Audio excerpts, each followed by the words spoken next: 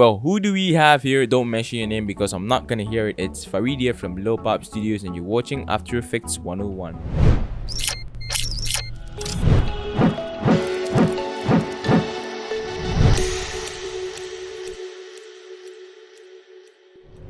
Well, why did you click on this thumbnail to watch this video? That's because you wanted to learn After Effects from scratch. And if you did, you made the right choice. My name is Farid and you're watching After Effects 101, a series on this channel where we take the ins and outs, the tips and tricks of Adobe After Effects and break them down into simpler ways for you, the one at home, to be able to understand. This course has been going on for a while now and I've been getting a lot of reactions and a lot of comments from it. I've had about, let's say, 10 serious students on this series and I think it's a big progress. Currently, my sub count is at 430 and that is also a big improvement. This is like the course 6 of this course and today we are going to be talking basically about rotoscoping. Rotoscoping is, well, what is rotoscoping to an advanced person and a layman? To an advanced person, rotoscoping is taking out the background and leaving the subject with an alpha channel. Simple. The layman's language, rotoscoping is creating masks around your subject and tracking them out throughout the whole video. Well, at first, rotoscoping was a very hectic task. It involved masking each and every single part of your subject and tracking them throughout the whole video. Thanks to Adobe's new RotoBrush 2, it's been very simple, but there are some flaws with it. 1. Someone who has a camera with low quality cannot use the RotoBrush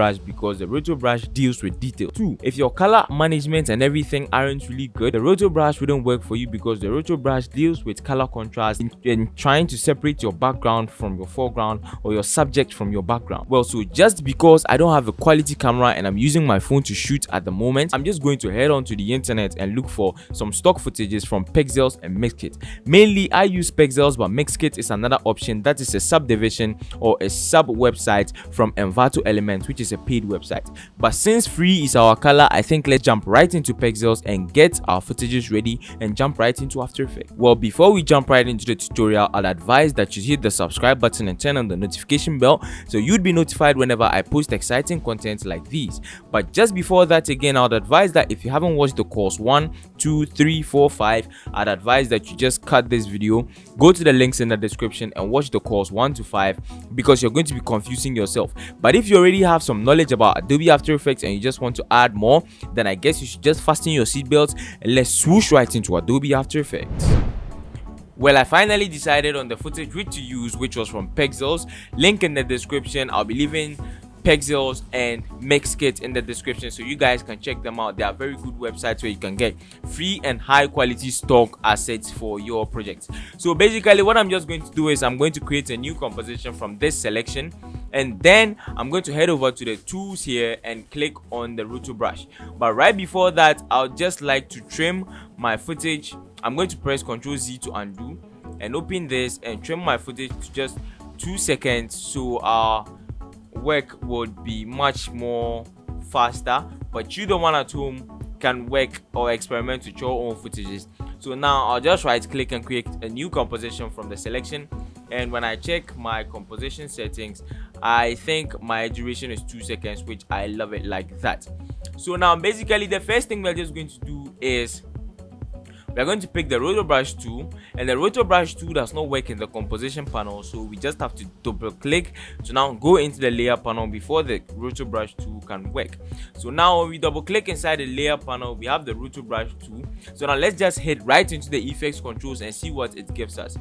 Nothing happens, right? That's because we haven't applied the RotoBrush towards our subject. So now the first thing I'm just going to tell you guys is that this green RotoBrush, or this green brush that we have here, adds a selection to your RotoBrush, and in order to subtract, you just have to press Alt and it changes to red and minus, and then it subtracts from your selection. In order to increase the size of your brush, you just move down into the brushes panel here, and then you can increase the diameter or you can decrease the diameter. It depends on where you're going to be painting over.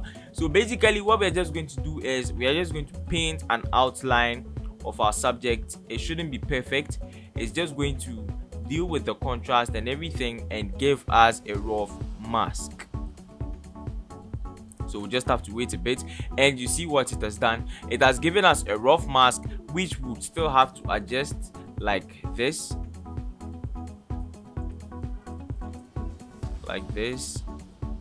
and for parts like this which have gone outside our selection, we just press Alt and then we take those parts out. then we click again, we continue.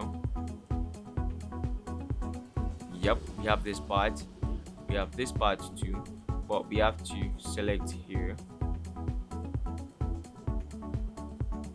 Yep, do not mind these parts, we would come and correct them later with another tool.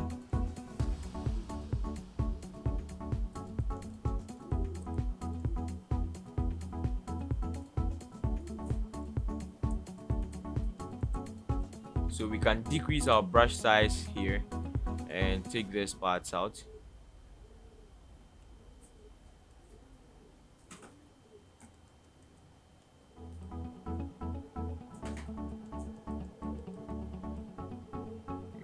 Yep,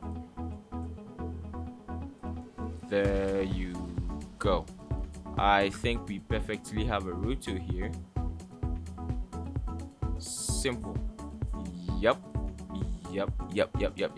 Okay, so perfectly we have our roto, but there's only one fault, that's our hair, and that's the main reason why they created the refine edges tool. So we just have to come right in here and click and hold and check for the refine edges, and we leave it there too. So now all we just need to do is we need to paint on the parts of the hair to make the hair come out and leave the white spots. Or I think if you're a Photoshop user, you know what refine edges does. Let's just work with it and see. So I'm going to increase my brush size this way, and then I'm going to paint over the hair this way and wait for it to load.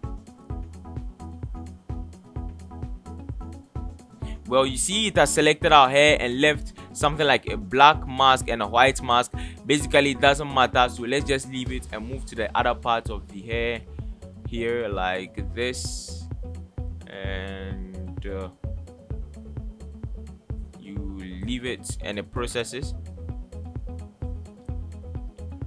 and we are good to go. So basically this is just what the roto brush and the refine edges tool does. So now in our left part in the effects controls, we now have the controls for the roto brush, where we can adjust our feather, our contrast, our shift edge, reduce shutter, so many things. Or we can even decide to turn on motion blur if your footage had a low shutter speed and there was much motion blur inside it. You know, After Effects deals with details, right? So turning on the motion blur would take much more time, and it will help After Effects much more, or it will help After Effects better than you just leaving the motion blur unticked. But since in this stock footage, I think the shutter speed was shot at a high shutter speed and she didn't really move that much, so there wasn't much of any motion blur. So all I'm just going to do is I'm going to increase this here, this thing here, or it shows the roto brush edge span. That's where the roto brush would track to. So we just have to increase it to our second side. I hope I didn't confuse anybody. And I think we have our perfect roto. So all we just need to do is we either press play, or to be on the safer side, you go into the preview panel here and you click on this here to play and let After Effects do its thing. So this is going to take a while depending on the quality of your footage or the length of your footage or anything. It's if your motion blur is turned on, it's going to take much longer, or if your footage is much more high quality, like, it's just going to take much longer. So basically I'm just going to fast forward this part and let's meet up right after the After Effects has done all its rotoing and all those things.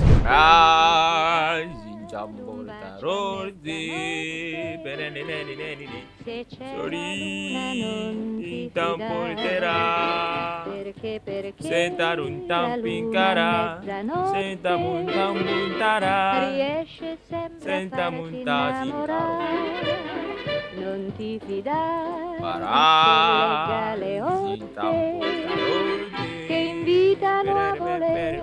Our roto is finally done. Our roto brush or our rotoscoping is finally done. So now let's just head back into the composition to see how our rotoscoping was. So first thing I'm just going to do is, since I'm working on a low RAM, I'll just reduce my resolution to quarter and start playing, even though it's going to take a while too.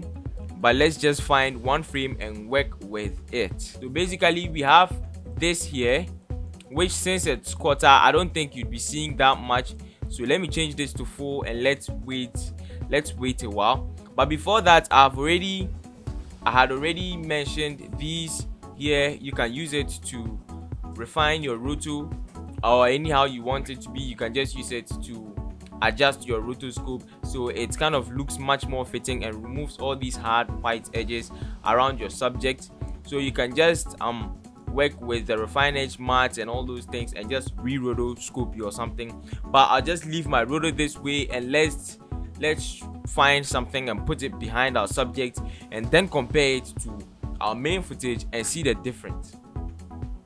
So now it has been loaded in high quality, and now let's take a look at our edges here. Let's take a look at our edges. We see that there aren't really any hard white edges, and here the roto did a great job too, but there are still some whites inside our hair. I think we can clear that. This here, since it's a video and there's kind of a little bit of motion blur, your eye doesn't really see those kind of white edges, those small white edges. So I think we have a perfect roto. So in order to just confirm it, I'm just going to create a new solid, and I'm just going to leave it on any color and just bring it back under my roto. So we can now see the mistakes that our roto made. I think this part we didn't really refine it that well. Looking at this part too, we didn't refine this part well, but we have this here which looks good. So basically all I'm just going to do is I'm going to bring a curves effect on my roto, and I'm just going to add the 4 color gradient ramp just to create something. I'm just going to create a 4 color gradient ramp, and now it's supposed to be on this here. So let me change the resolution back to quarter, and I'll bring this one down, bring this down to, and bring this way, bring this way. So basically I'm just going to darken my footage, my normal footage itself, just to make it fit a little bit more into my scene like this. So I think I'm done with the tutorial. I'm just going to render this out in full quality, and I'll compare it with the normal footage itself so you guys can see the difference between it and the roto footage with the background placed behind it.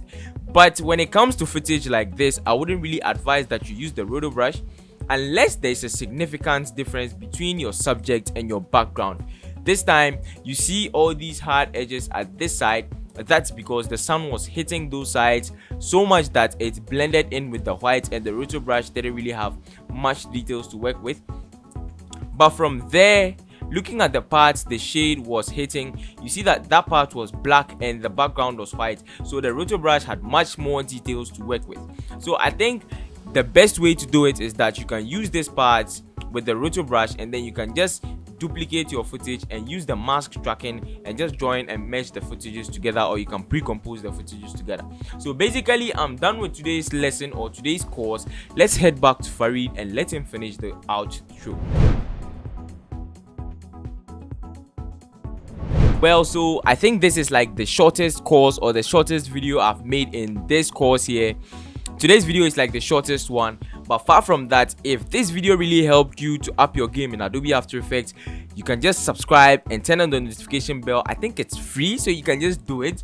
Leave a comment in the comment section on any effect you'd like me to recreate on VFX with Reed, or you can just start a conversation with me there. I'll either take it to our DMs, or we can just make or have a conversation in the comment section. If this video helped you again, I guess then you should leave it a like. You can support me on Patreon at Lil Pop Studios, link in the description. Anytime you use my tutorial to create something epic, I guess you can just send it to me on Instagram at Lil Pop Studios, or WhatsApp, link in the description again. Well, so that was it for today, guys. Till next week, get some creative ideas and make it real. Peace out.